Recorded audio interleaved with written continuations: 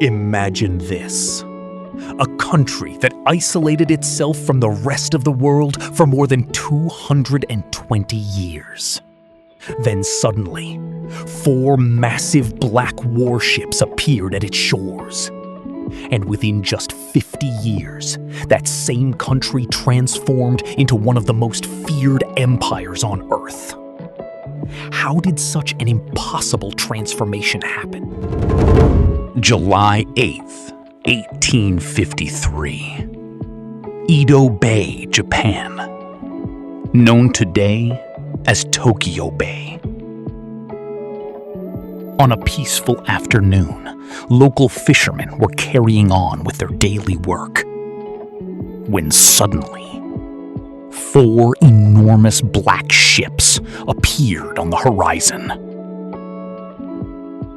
Belching thick black smoke, the ships slowly moved into the bay. Next to Japan's small wooden boats, these monstrous vessels looked like something evil from another world. These were the famous Black Ships, led by U.S. Navy Commodore Matthew Perry. They didn't come to wage war, but their arrival was even more terrifying than war itself.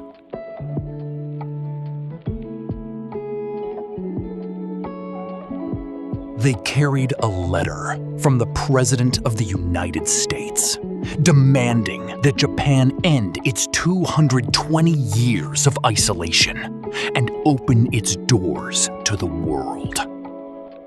And with cannons pointed at them, Japan had no choice but to obey. For Japan, this was a national humiliation.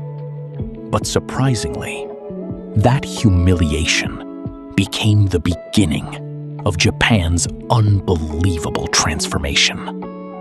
A country once ruled by samurai and feudal lords became a modern military and industrial power in less than 50 years.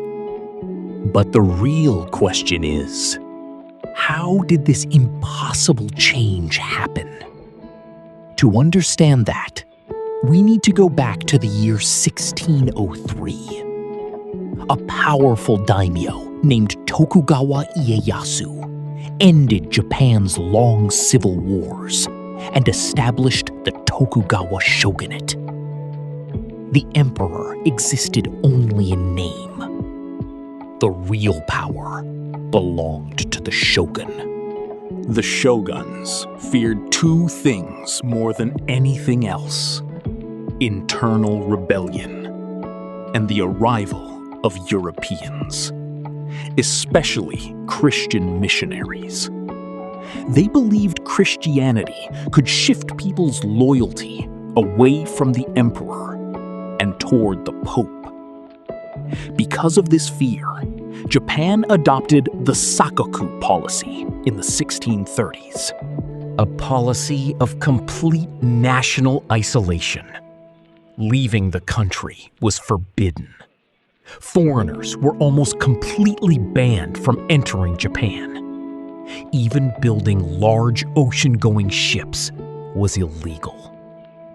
And anyone who tried to escape the country could face execution. As a result, Japan became trapped inside a kind of time capsule for over 220 years. The country enjoyed peace, but while the rest of the world advanced through the Industrial Revolution and modern weapons, Japan remained stuck in the age of swords and feudal rule. Then, in 1853, Perry's Black Ships arrived at Japan's doorstep. America's goal was clear. They wanted trade with Japan.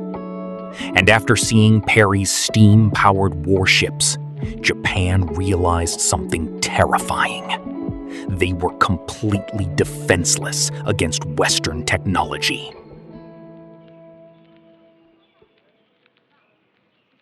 In 1854, Japan was forced to sign the Treaty of Kanagawa. Then came more unequal treaties. Foreigners became exempt from Japanese laws. Japan even lost control over its own trade tariffs. The entire nation was outraged.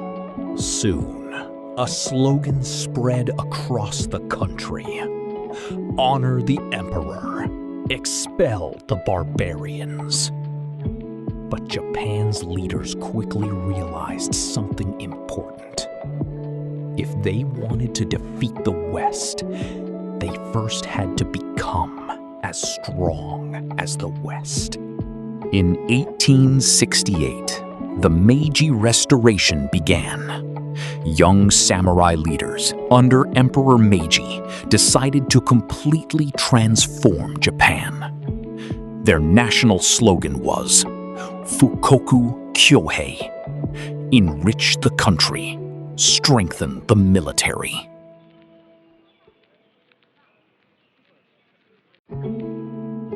What followed was one of the fastest modernizations in history. Feudalism was abolished. A modern army was created. Railroads, telegraphs, factories, and modern schools were introduced. Thousands of students were sent to Europe. Foreign technology was brought back to build a new Japan. In less than 30 years, Japan became the most modern power in Asia. But the story didn't end there. Japan soon began building an empire of its own. War against China in 1894. Then war against Russia. And shockingly, Japan kept winning.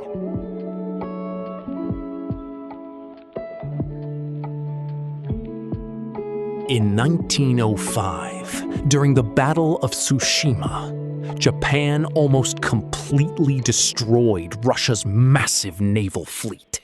For the first time in modern history, an Asian power had defeated a major European empire.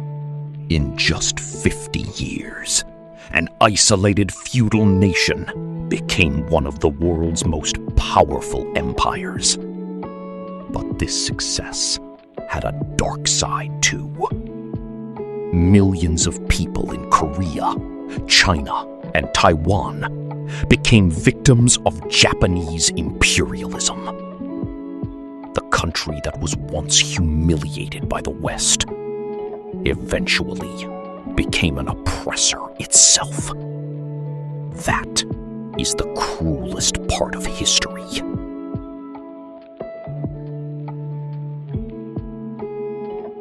Japan's rise teaches us something important. The struggle to survive can push a nation to unbelievable heights, but that same power can also lead it toward destruction. What do you think? Was Japan's transformation a fight for survival or a hunger for power? Share your opinion in the comments. And if you want to hear more untold and fascinating stories from history, don't forget to like, share, and subscribe.